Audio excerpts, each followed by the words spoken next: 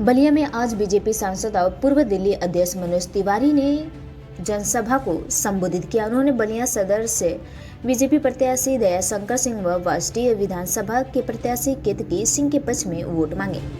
मंच पर पहुंचते ही भाजपा नेताओं ने उन्हें बड़े माले से सम्मानित किया। इस दौरान उन्होंने मीडिया से बातचीत के दौरान विपक्ष पर जमकर निशाना साधा।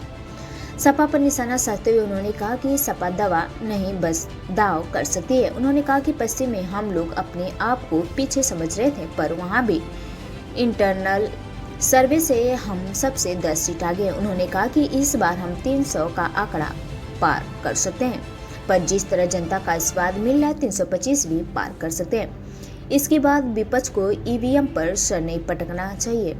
उन्होंने हिजाब पर निशाना साधते हुए कहा कि इसमें बहुत बड़ी साजिश है। कहा कि हिजाब का विरोध बीजेपी नहीं कर रही है, हम तो हर माता बहन को पर्दे में रखने में समर्थन है, परंतु स्कूल को एक सम्मान रहने दो। स्कूल जो शिक्षा का क्षेत्र है वहाँ सबको सम्मान्य रहना चाहिए। अगर इसका सपा या कांग्रेस समर्थन नहीं करी तो उसकी नीयत में खोट है।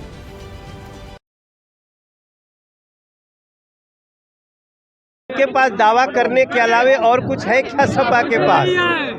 वो दवा नहीं कर सकते हैं, सिर्फ दावा कर सकते हैं। जिसने उत्तर प्रदेश को संस्कृति से लेके विकास तक को बढ़ाने का काम किया है, उस योगी मोदी जी में विश्वास के साथ खड़ा है उत्तर प्रदेश का जन।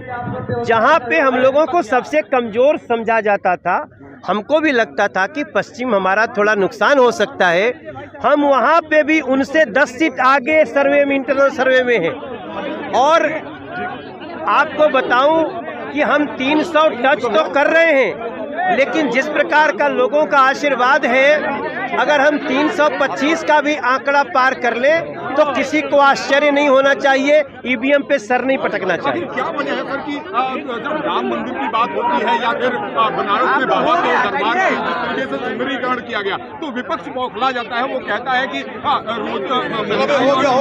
मुद्दों से भटकाने के लिए बीजेपी इस तरीके की बात करती है। देखिए, यही बात है ना, बीजेपी ने केवल भगवान राम का मंदिर और बाबा विश्वनाथ मंदिर ही तो नहीं चमकाया, बाबा साहब भीमराव अम्बेडकर का पंचतीर्थ भी बनाया, जहां बाबा साहब का जन्म हुआ, जहां बाबा साहब का शिक्षा हुई, जहां बाबा साहब ने अंतिम सांस ली, जहां बाबा साहब जिस गांव में रहते थे, जहां पढ़ाई किए, सब जगह को बीजेपी ने अत्यंत उज्जवल पर्यटन स्थल बनाया।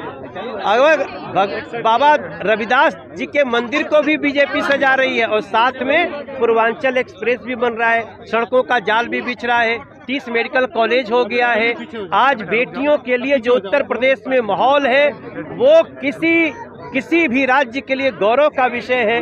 तो जब इतना करत अटे तो एकरा से काहे परेशान बाटे टोटी वाले लोग, इसमें चिंता की बात है। जिस तरीके से जिंदाबाद और गंगाबाद की बात हुई, उसके बाद बात हिजाब तक पहुंची। आखिर क्या वजह है कि हिजाब को लेकर जो है इतना बवंडर मचाया जा रहा है?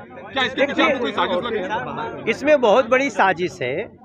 हिजाब का विरोध कोई बीजेपी तो नहीं करती है।